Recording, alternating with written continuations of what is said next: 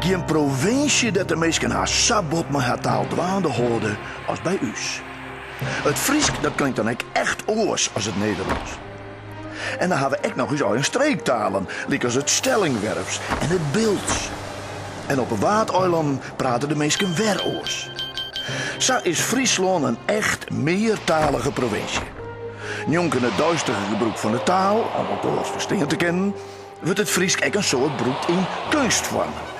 Toch schreeuwers, muzikanten, theater- en filmmakers. Dat helpt om een taal in leven te houden.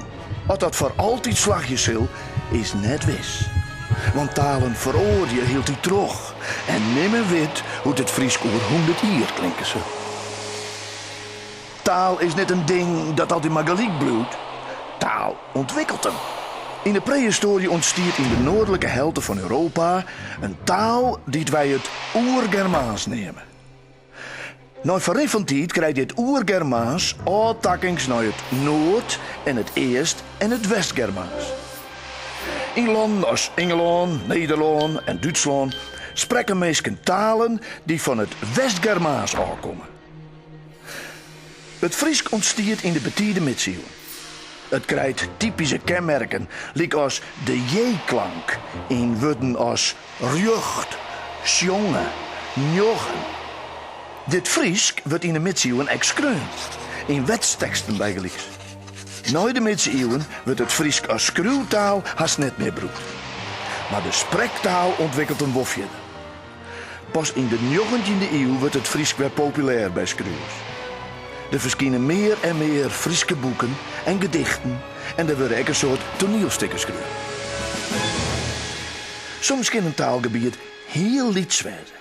Binnen Friesland hebben we een soort eigen dialect. In de woorden klinkt het Fries oors als op een klaai. In Hielpenbiegelijks, nou geen 1000 inwoners, wordt een eigen taaltje sprutsen. En op Schilger kennen de meesten 3 eigen streektalen. Het Schilgers, het Midsellands en het Aasters. Alle keer mag er eigen klanken en woorden, maar alle keer ben van de Friese taalfamilie.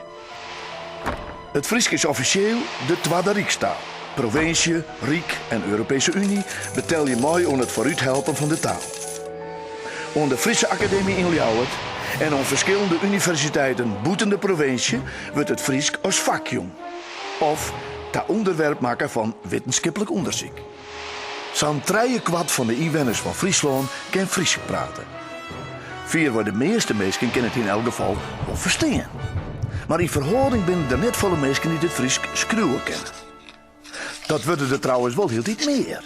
Omdat er Fries op squallen jong wordt en omdat er heel iets meer Friese boeken verschijnen. Mensen zijn net altijd eens over het gebruik van het Fries in de provincie. Het Fries leert wel eens daar ergernissen en ruzies. Bij gelijks over de vraag of plaknaam wol of net in het Fries kunnen worden hadden. Er zijn nou net een soort mensen meer die het van Friesland een volslijn Friestalige provincie moeten worden. Het doel is nou vooral om er een meertalige provincie van te maken. Dat elke in het Fries uiterlijk kent, maar ook in het Nederlands reden kan. Onder invloed van televisie en internet zal de taal gref heel iets meer Nederlandse en Engelse woorden nemen. Over 100 jaar zal het Fries beslist oors klinken als nou.